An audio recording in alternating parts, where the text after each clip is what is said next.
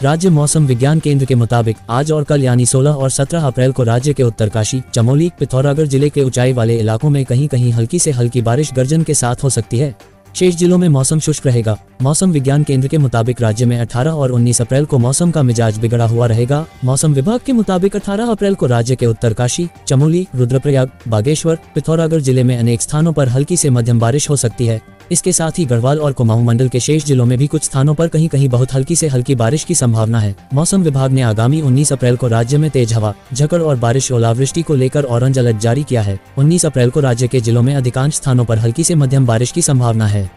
19 अप्रैल को राज्य के कई जिलों में कहीं कहीं आकाशीय बिजली चमकने और ओलावृष्टि का ऑरेंज अलर्ट जारी किया गया है। इस दौरान तेज हवा, झकड़ 30 से 40 किलोमीटर प्रति घंटा की रफ्तार से चल सकता है। मौसम विज्ञान केंद्र के मुताबिक राज्य में 16 और 17 अप्रैल को तापमान में बढ़ोतरी की संभावना है। वहीं 18 अप्रैल को तापमान में हल्की गिरावट दर्ज होगी। आज 16 अप्रैल को अधिकतम तापमान 34 डिग्री और न्यूनतम 21 डिग्री रहने की संभावना है। वहीं 17 अप्रैल को अधिकतम और न्यूनतम तापमान बढ़कर 35 डिग्री और 22 डिग्री हो जाएगा। इसके बाद 18-19 अप्रैल को अधिकतम तापमान घटकर 33 डिग्री रह सकता है। मुख्यमंत्री पुष्कर सिंह धामी ने शनिवार को मुख्यमंत्री आवास स्थित मुख्य सेवक सदन में हिल की बात युवा संवाद कार्यक्रम में स्कूली छात्र छात्राओं से संवाद किया। कार्यक्रम में विभिन्न स्कूलों के छात्र छात्राओं द्वारा उत्तराखंड की लोक परंपरा एवं संस्कृति पर आधारित प्रस्तुतियां दी गई। स्कूली बच्चों द्वारा भाषण एवं कविता का प्रस्तुतिकरण भी दिया गया। इस अवसर पर बच्चों ने मुख्यमंत्री से संवाद भी किया। मुख्यमंत्री पुष्कर सिंह धामी ने हिल की बात युवा संवाद कार्यक्रम में आए सभी विद्यार्थियों एवं युवाओं का स्वागत किया। मुख्यमंत्री ने कहा कि प्रधानमंत्री नरेंद्र मोदी के मार्गदर्शन में उत्तराखंड विकास की ओर तेजी से बढ़ रहा है। उन्होंने कहा कि प्रधानमंत्री नरेंद्र मोदी का देवभूमि उत्तराखंड से विशेष लगाव है। उनका देवभूमि उत्तराखंड से कर्म एवं मर्म का रिश्ता है। पीएम मोदी के 09 साल के कार्यकाल में उन्होंने उत्तराखंड के लिए लाखों करोड़ रुपए के कार्यों की स्वीकृतियां प्रदान की। मुख्यमंत्री ने कहा कि यह उनका सौभाग्य है कि उन्हें प्रधानमंत्री नरेंद्र मोदी के मार्गदर्शन में कार्य करने का मौका मिला है।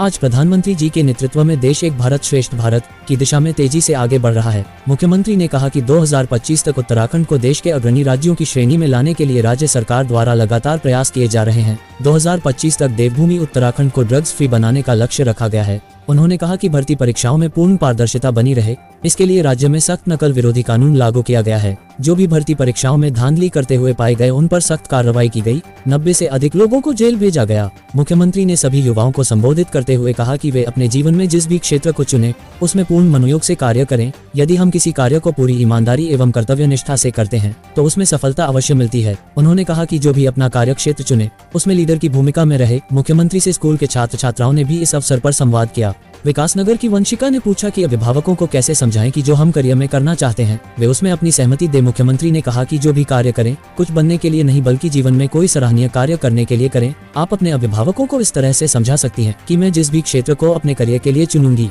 इसमें अपनी ओर से सर्वश्रेष्ठ कार्य करने का प्रयास करूंगी।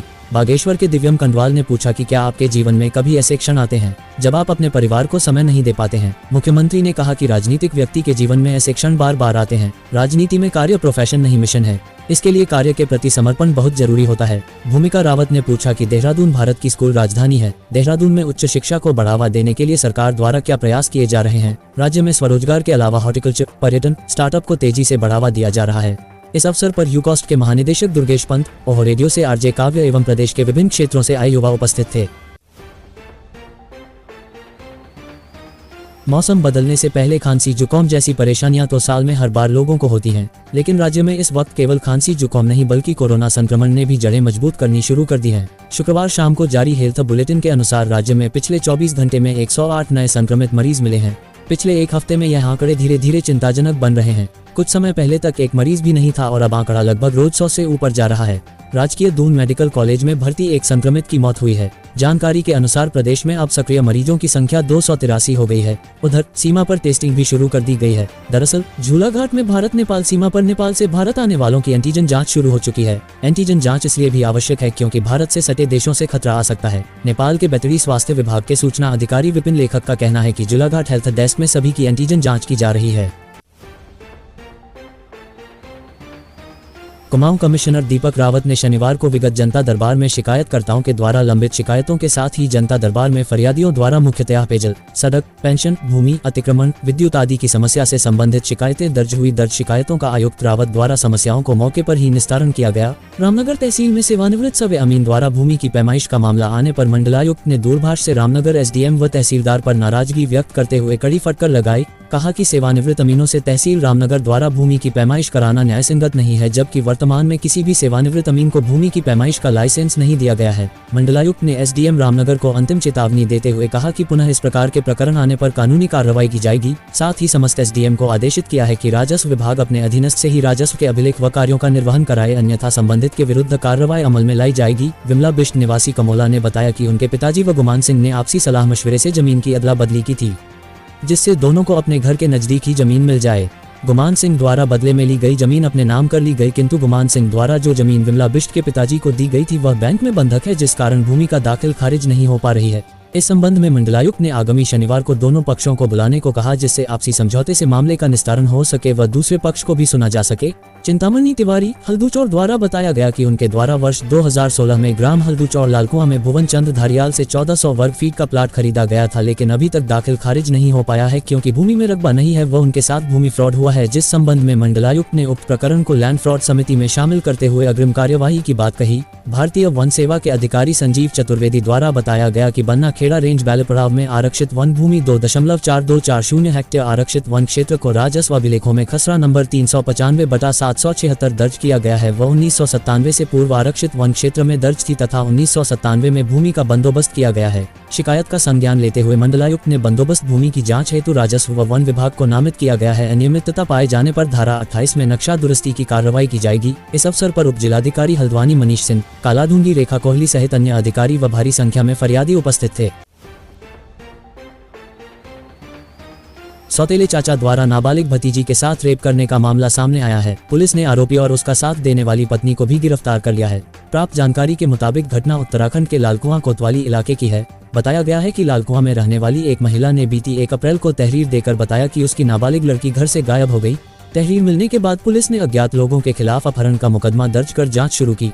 मामले की जांच कोतवाली पुलिस की उप निरीक्षक रंजनी आर्य को सौंपी गई। मामले को गंभीरता से लेते हुए पुलिस ने विवेचना शुरू की, जिसमें पुलिस को उसके मोबाइल नंबरों की लोकेशनों से पता चला कि लड़की आगरा में है, जिसके बाद तुरंत ही पुलिस आगरा पहुंची, जहां पुलिस ने नाबालिग लड़की को उसकी चाची मंजू देवी के घर से बरामद कर लिया।